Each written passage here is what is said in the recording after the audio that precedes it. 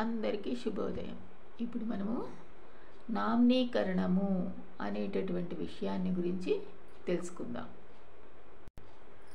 భాషలో నామాలు, క్రియలు, నామక్రియా విశేషణాలు లాంటివి మనకి అనేక భాషా భాగాలు ఉంటాయి.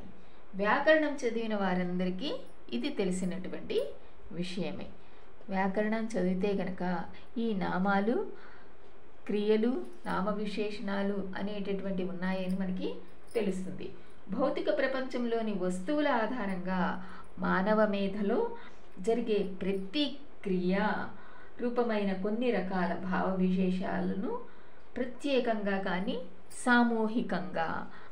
సామూహికంగా కానీ ప్రత్యేకంగా కానీ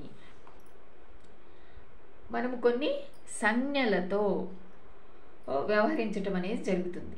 అట్లాంటి సంజ్ఞలనే మనము నామపదాలు అని అంటూ ఉంటాం. సాధారణంగా ఇలాంటి పదాలు స్వతసిద్ధంగానే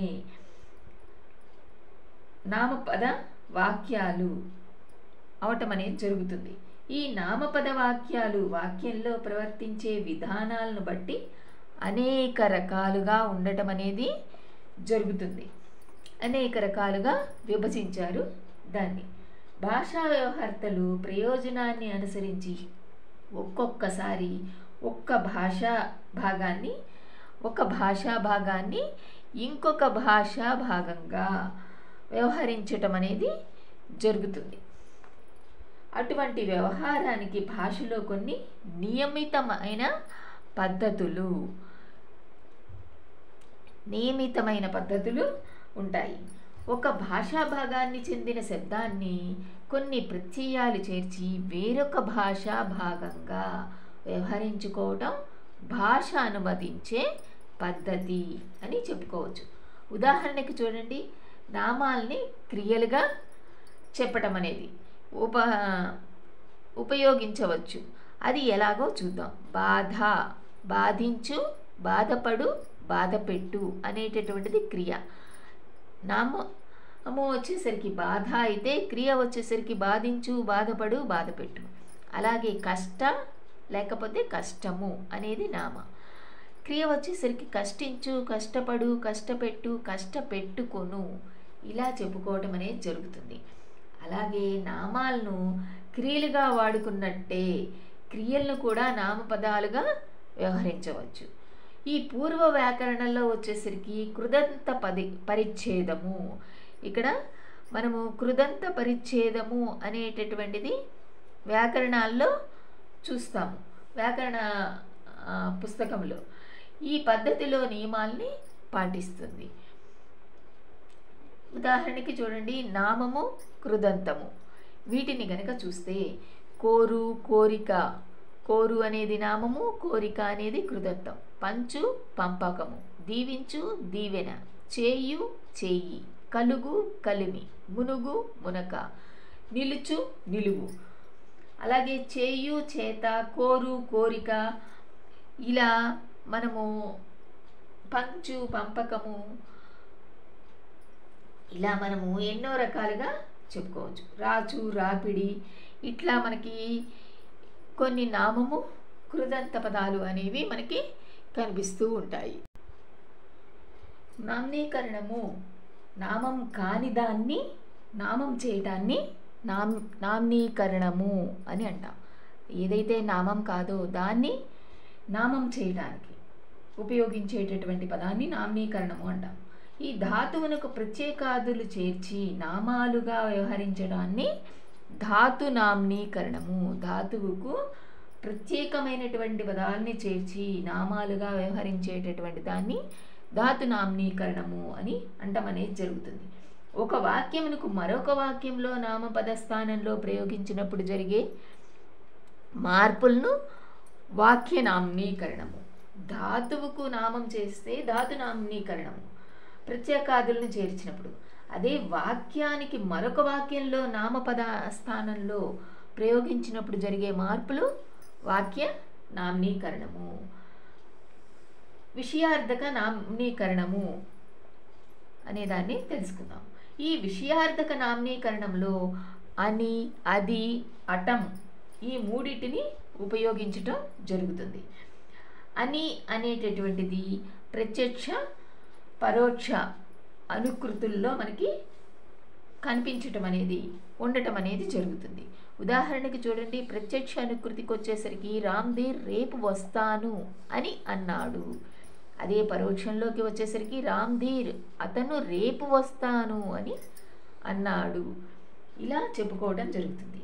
అదే అది అనేటటువంటి దాన్ని కనుక తీసుకుంటే విషయార్థక నామీకరణంలో తత్శబ్ద ప్రయోగం మరో పద్ధతి. తెలుగులో అది అని శబ్దానికి ఉన్న బహుళ ప్రయోజనాల్లో బహుళమైనటువంటి అంటే చాలా ప్రయోజనాలు ఉన్నాయి. దానిలో ఇది ఒక వాక్యానికి ఇది ఒకటిగా చెప్పుకోవచ్చు. ఒక వాక్యాన్ని మరొక వాక్యానికి అని చేత అనుసంధించాలి. ఒక వాక్యానికి మరొక వాక్యం చేత అని అనేటటువంటి దాన్ని కలిపి చెప్పుకోవడం అనేది జరుగుతుంది. అంటే ఈ వాక్యంలోని కాలబోధక ప్రక్రియ, కాలబోధక ప్రత్యయం సహితమైనటువంటి సమాపక క్రియలను క్రియాజన్య విశేషణాలుగా మనం మార్చవలసి వస్తుంది. ఆధునిక భాషలో ఒక్కో క్రియారూపానికి 4 క్రియాజన్య విశేషణాలు ఉంటాయి. ఇందులో చూడండి, ఉండు అన్నప్పుడు ఉండు ధాతువునకు క్రియాజన్య విశేషణాలు,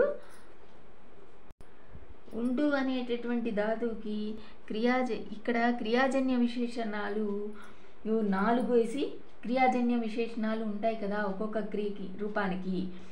ఈ ఉదాహరణకి మనం ఉండు అనేటటువంటి ధాతువుని కనుక తీసుకుంటే ఇందులో భూతకాలంలో వండిన అనేటటువంటిది, తద్ధర్మంలో వచ్చేసరికి వండే, వర్తమానంలో వండుతున్నా, వ్యతిరేకార్థంలో వండని అనేటటువంటివి మనకి రావటం అనేది జరుగుతుంది క్రియాజన్య విశేషణాలు.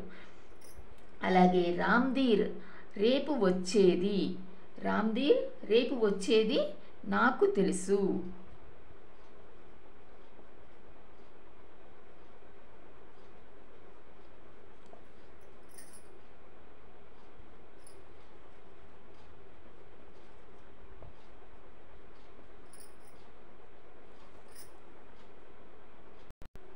ఇంకొకటి అటం. ఈ అటం అనేటటువంటి పదము విషయార్థక నామీకరణంలో ధాతువుకు భావ ప్రత్యయం చేర్చటం వల్ల ఇంకో పద్ధతి. ప్రాచీన భాషలో ట, ఆధునిక భాషలో అటం. ప్రాచీన భాషలో వచ్చేసరికి ట, ఆధునిక భాషలో అటం అనేటటువంటి భావ ప్రత్యయాలు మనకి కనిపిస్తూ ఉంటాయి. సందేహార్థక నామీకరణం. ఈ తెలుగులో ఓ శబ్దాన్ని సందేహార్థకంగా పూర్వ వ్యాకరణంగా గుర్తించాము. ఇక్కడ ఓ అనేటటువంటిది ఏంటి? సందేహానికి చిహ్నంగా పూర్వ వ్యాకరణాలు మనకి గుర్తించడం అనేది జరిగింది. అది పదాంతంలో కానీ పద మధ్యలో కానీ ఈ వాక్యాంతంలో కానీ చేరటం అనేది జరుగుతుంది. పదాంతం కానీ పదమధ్యంలో కానీ వాక్యాంతంలో కానీ ఇవి చేరటం అనేది, ఈ ఓ అనేది చేరటం అనేది మనకి జరుగుతుంది. ఓ శబ్దము సర్వస్వతంత్రం అయినటువంటిది కాదు. స్వతంత్రం అనేది దీనికి ఉండదు అని ఈ ఓ శబ్దానికి. ఇక్కడ యత్కిమర్థక శబ్దాపేక్షకం కాస్త యత్కమర్థకమైన శబ్దమైనటువంటి రూపమైన ఏమో అనేటటువంటిది తెచ్చుకోవాల్సి ఉంటుంది. ఇక్కడ ఉదాహరణకి అంగారక గ్రహంలో జీవరాశులు ఉన్నాయా, ఇక్కడ ఇవి రెండు ఓ శబ్దం మనకి యత్కిమర్థక శబ్దాపేక్షకం యత్కమర్థక శబ్దంలో చేరుతుంది కదా. శబ్ద భావంలో ఇంకొక ఓ అనేటటువంటి శబ్దయుక్తం కావాలి. ఈ రెండూ లేనప్పుడు ఏమవుతుంది? కిమర్థక శబ్దమైనటువంటి రూపమైన ఏమో, కిమర్థక శబ్ద రూపమైనటువంటి ఏమో అనేటటువంటిది మనం తెచ్చుకోవాల్సి వస్తుంది. ఉదాహరణకి వచ్చేసరికి అంగారక గ్రహంలో జీవరాశులు ఉన్నాయా అనేటటువంటి ప్రశ్నకి సమాధానం తెలియనప్పుడు మనం ఏం చెప్తాము?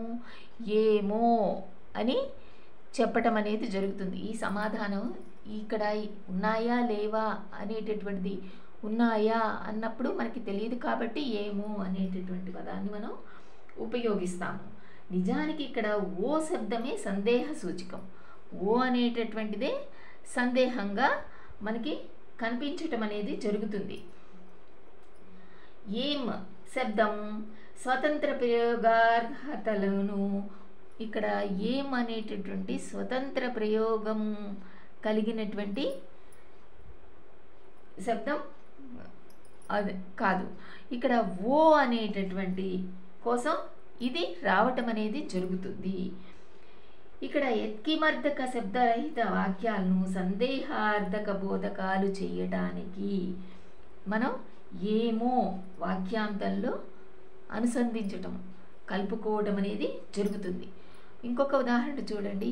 మాంసాహారం మనిషికి మంచిది కాదు ఏమో అంటే మంచిది కాదేమో. ఇక్కడ దీనికి ఏమో అనేటటువంటి దాన్ని మనం కలుపుకున్నాం, అనుసంధించడం జరుగుతుంది. ఈ నామీకరణానికి విషయార్థక నామాలలో లాగే వేరే అవయవ సూచకాలు అక్కర్లేదు, వేరే సూచనలు మనకి ఏమీ అవసరం లేదు అని. వాక్యార్థంలోని ఓ లేక ఏమో, ఓ కానీ ఏమో అనే శబ్దం కానీ ఈ పనిని నిర్వహించటం జరుగుతుంది. ఈ ఓ కానీ ఏమో కానీ ఈ మనం అడిగేటటువంటి ప్రశ్నలో మనకి సమాధానం అనేది తెలియటం అనేది జరుగుతుంది. ఈ పనిని నిర్వహించటం లేకపోతే ఓ శబ్దాన్ని నామీకరణంగా చెప్పే సందేహార్థక నామాన్ని స్వతంత్ర ప్రయోగార్హత గల నామంగా గుర్తించవచ్చు. ఈ సందేహార్థకాన్ని స్వతంత్ర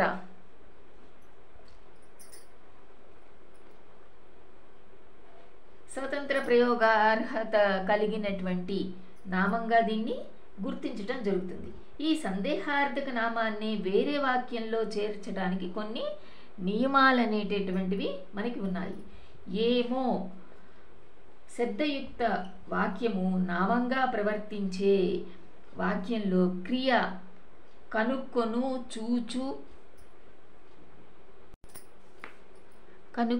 చూచు, తెలియు అనేటటువంటివి విషయ సేకరణ అనేటటువంటి అసంక్లిష్ట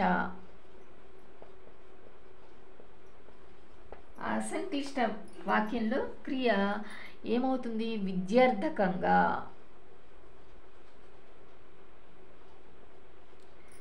కానీ ప్రశ్నార్థకంగా కానీ అయి ఉండాలి.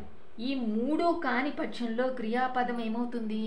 భూతేతర కాలబోధకమై ఉండటం అనేది, ఈ క్రియాపదం భూతేతర కాలబోధకమై ఉండాలి. ఉదాహరణకు చూడండి, ఉష ఊరు నుంచి వచ్చిందేమో అనేటటువంటిది కిమర్థక శబ్దయుక్త వాక్యంలో అంతంలో ఓ శబ్దం సంయోజనం వల్ల సందేహం అనేటటువంటిది మనకి కనిపిస్తుంది. సందేహార్థక బోధకం ఇందులో మనం చెప్పవచ్చు. ఎప్పుడు, ఎందుకు, ఎక్కడ, ఎటు, ఎట్లా అనేటటువంటి శబ్దాలు క్రమంగా స్థల, హేతు, కాలదిక్కులు, రీతుల్ని బట్టి ప్రశ్నించే శబ్దాలు ఇవి క్రియా విశేషణాలుగా ప్రవర్తిస్తే ఏమి, ఎవరు అని మొదలైనటువంటి శబ్దాలు కర్తగా కానీ కర్మగా కానీ ప్రవర్తించే నామాల్ని గురించి ప్రశ్నించేవి అవుతాయి. ఇక్కడ ఎప్పుడు, ఎందుకు, ఎక్కడ, ఎటు, ఎట్లా అనేటటువంటి స్థలము, హేతువు, కాల దిక్కులను బట్టి క్రియ విశేషణాలని చెప్పాము.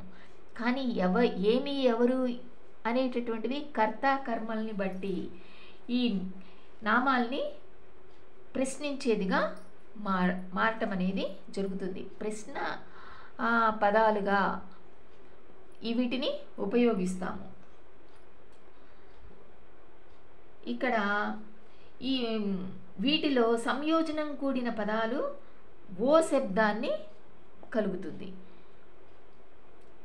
ఉదాహరణకు చూడండి, ఎక్కడ ఉన్నాడో, ఎందుకు ఉన్నాడో, ఎప్పుడు వెళ్ళాడో, ఎటు వెళ్ళాడో, ఎట్లా చేయాలో, ఏం చెప్పాడో, ఎవరు తెచ్చారో. ఇక్కడ ఓ అనేటటువంటిది మనకి కనిపిస్తుంది. ఇకపై ఏ శబ్దయుక్తమైనటువంటి పదరూపాల్లో కొన్నింటిని విభక్తి ప్రత్యయాలని కూడా మనం చేర్చుకోవడం అనేది జరుగుతుంది. ఈపై ఏ శబ్దయుక్త పదరూపాల్లో కొన్నింటిని విభక్తి ప్రత్యయాల్ని చేర్చడం అనేది జరుగుతుంది. విభక్తి ప్రత్యయాల్ని మనం చేర్చుకోవచ్చు. ఎప్పటికి అవుతుందో, ఎక్కడికి వెళ్ళాడో. ఇక్కడ కిమర్థక శబ్దయుక్త పదాలకు, వాక్యాలకు వేరువేరుగా ఓ శబ్దాన్ని చేర్చడం వల్ల అర్థభేదం అనేది కలుగుతుంది. ఓ అనేది చేర్చటం వల్ల ఏమవుతుంది? అర్థభేదం అనేది మనకి కలుగుతూ ఉన్నది. ఇక్కడ ఉదాహరణకి అక్కడ ఎవరున్నారు, అక్కడ ఎవరో ఉన్నారు. ఇక్కడ చూడండి, సందేహార్థక బోధలో ఓ శబ్దయుక్త కొన్ని వాక్యాలని కానీ వాక్యాంశాలని కానీ వాక్యాంశాలను కానీ కొన్నిటిని ఒకే వాక్యంగా మనం ప్రయోగించడం అనేది జరుగుతుంది. ఈ భిన్న వ్యాపారాలకు వికల్ప బోధ చేయాలంటే ఏకకర్తృకాలు పై ఉండాలి. ఉదాహరణకి రామ్ధీర్ చదువుకుంటున్నాడో నిద్రపోతున్నాడో చూసిరా. రామ్ధీర్ చదువుకుంటున్నాడో నిద్రపోతున్నాడో, ఏం చేస్తున్నాడో వెళ్ళి చూసిరా అనేటటువంటిది రెండు పదాలని మనం, రెండు పనుల్ని ఏం చేస్తున్నాడో అనేటటువంటిది మనం చెప్పడం అనేది జరుగుతుంది. ఇక్కడ ఏకకర్తృకమైన పని వ్యతిరేక అవ్యతిరేకతల మధ్య కూడా వికల్పాన్ని మనం చెప్పవచ్చు. ఇక్కడ చూడండి, రామ్ధీర్ వస్తాడో రాడో. ఇక్కడ చదువుకుంటున్నాడో నిద్రపోతున్నాడో అనేటటువంటిది ఏం చేస్తున్నాడో అనేది. ఇక్కడేంటి, వస్తాడో రాడో అనేటటువంటి పదాన్ని మనం చెప్పుకుంటున్నాం. ఇక్కడ ఓ శబ్దం సర్వత్ర సందేహార్థకాన్ని మనకి కనిపిస్తోంది, తెలియచేస్తోంది. ఒక భిన్నమైన ప్రయోజనం కూడా మనకి ఇక్కడ కనిపించటం అనేది జరుగుతుంది. ఆ ప్రయోజనం ఎత్తర్థక బోధక ప్రక్రియ. ఎత్తర్థక బోధక అతను మనకి తెలియచేస్తుంది. ఉదాహరణకి చూడండి, ఇంకొకటి, నీకు ఇవాళ క్లాసులో, అంటే నీకు క్లాసులో ఇవాళ ఏ పాఠం చెప్పారో అది చదువు. లేకపోతే నీకు ఇవాళ క్లాసులో ఏ పాఠం చెప్పారో అది చదువు. ఇక్కడ అది అనేటటువంటిది ఏమవుతుంది? ఏ పాఠాన్ని గురించి తెలియచేస్తుంది. ముందు ఏ పాఠం చెప్పారో అనేటటువంటిది, అది చదువు, అది అనేటటువంటిది పాఠాన్ని గురించి తెలియచేయటం అనేది జరుగుతుంది. ఇక్కడ కొన్ని అసమాపక క్రియల తర్వాత ఏం అనేటటువంటి శబ్దం, మరికొన్ని కిమర్థక శబ్దాలు కూడా రావటం అనేది జరుగుతుంది. ఉదాహరణకి వస్తే ఏం, రాకపోతే ఎట్లా.